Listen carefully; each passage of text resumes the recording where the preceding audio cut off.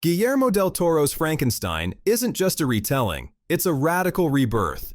Rather than leaning on gothic horror cliches, Del Toro elevates Mary Shelley's monster tale into an emotional, morally complex epic about war, trauma, and what it truly means to be human today. We'll break down 9 transformative ways he reinvents this classic, and why each change matters. 1. Time and war setting shift. Shelley's original Frankenstein is set in the late 18th century. Del Toro pushes the timeline forward by about 60 years, placing Victor Frankenstein's story during the Crimean War. This isn't just for aesthetic. The constant presence of death and dying bodies reflects the horror of creation. In a war-torn world, Victor's access to cadavers becomes more immediate, and his ambition feels entangled with the broader violence of humanity. Del Toro uses the setting to mirror Victor's obsession, suggesting that the real monster may be humanity's blind ambition. 2. The introduction of Henrik Harlander. One of Del Toro's boldest moves is adding a completely new character, Henrik Harlander.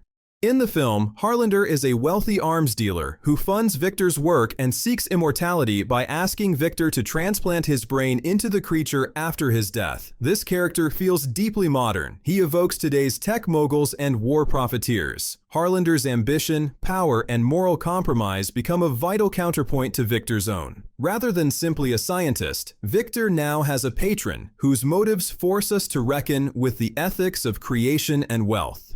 3. Victor's family and backstory. Del Toro reshapes Victor's family in a way that deepens his psychological complexity. In Shelley's novel, Victor's father is a benign figure. Here, he's Leopold, a surgeon who is demanding, cruel, and deeply influencing Victor's worldview. This abusive parenting sets the stage for Victor's drive. His quest to conquer death is not just scientific, but deeply personal. The trauma of his upbringing becomes part of why he pursues forbidden experiments, ambition rooted in pain. 4. Elizabeth reimagined.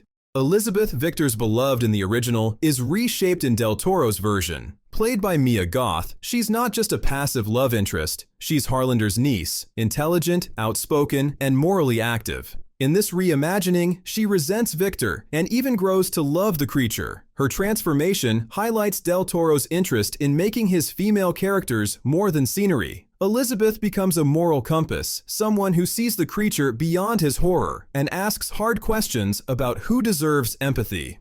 5. Omitting key novel characters. Del Toro makes another surprising choice. He removes Henry Clerval and Justine Moritz, 2 significant figures from the novel. In Shelley's version, Henry Clerval grounds Victor, representing friendship and nature, while Justine's execution forces Victor to confront his guilt. By dropping them, Del Toro streamlines the narrative and shifts the emotional weight. Without these side characters, the focus tightens on Victor, his family, and his relationship with his creation. 6. Reworking the old man, de Lacy. In the novel, the creature learns language and empathy by secretly observing de Lacy's family. Del Toro retains the older man, but gives him more emotional resonance. He becomes a surrogate figure who not only teaches the creature, but also accepts him. This human bond becomes a source of redemption, a moment where the creature is truly seen, not as a monster, but as something profoundly vulnerable. 7. No female companion for the creature. One of the most iconic parts of Shelley's novel is Victor's promise to build a female mate for the creature, and his eventual destruction of her. In Del Toro's film, that plotline is reimagined entirely. Victor refuses outright to build a companion. Elizabeth briefly stands in as a symbolic bride, but tragically dies. This refusal, and its consequences, underscore Del Toro's themes of responsibility and the impossibility of running from what you've created. 8. Creature as a symbol of compassion. Del Toro's creature is not a monster first, but a symbol of compassion. He becomes almost Christ-like, complete with red vials reminiscent of the Sacred Heart, cross-shaped tables, and sacrificial imagery. Unlike many adaptations where the monster kills out of rage, Del Toro's creature kills only when threatened or in self-defense. He is deeply compassionate, forgiving Victor in the end, and this vulnerability forces us to question who the real monster is. 9. A different ending. Shelley's ending is bleak. Victor dies in the Arctic, still consumed by hatred. Del Toro changes that. In his version, Victor and the creature finally meet again. And it's not just confrontation, but reconciliation. Victor calls the creature son, admits his guilt, and expresses real affection.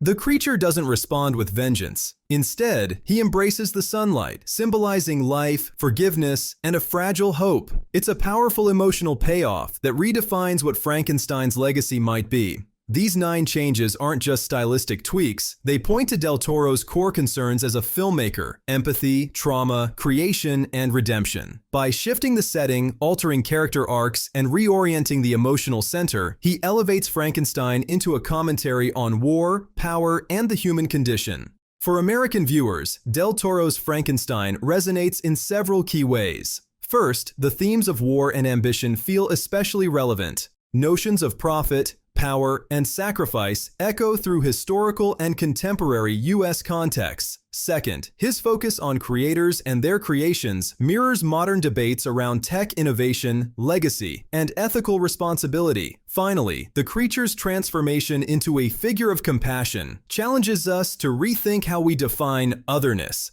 A particularly timely message in a society grappling with inequality, identity, and belonging. If you're a fan of gothic horror, morally complex storytelling, or just deeply human monster tales, Guillermo del Toro's Frankenstein is not to be missed. To dig deeper into these 9 transformations and explore more insights about the film, read the full article on Watch in America, link in the description. Thanks for watching, and don't forget to like and subscribe if you want more in-depth breakdowns and film analysis.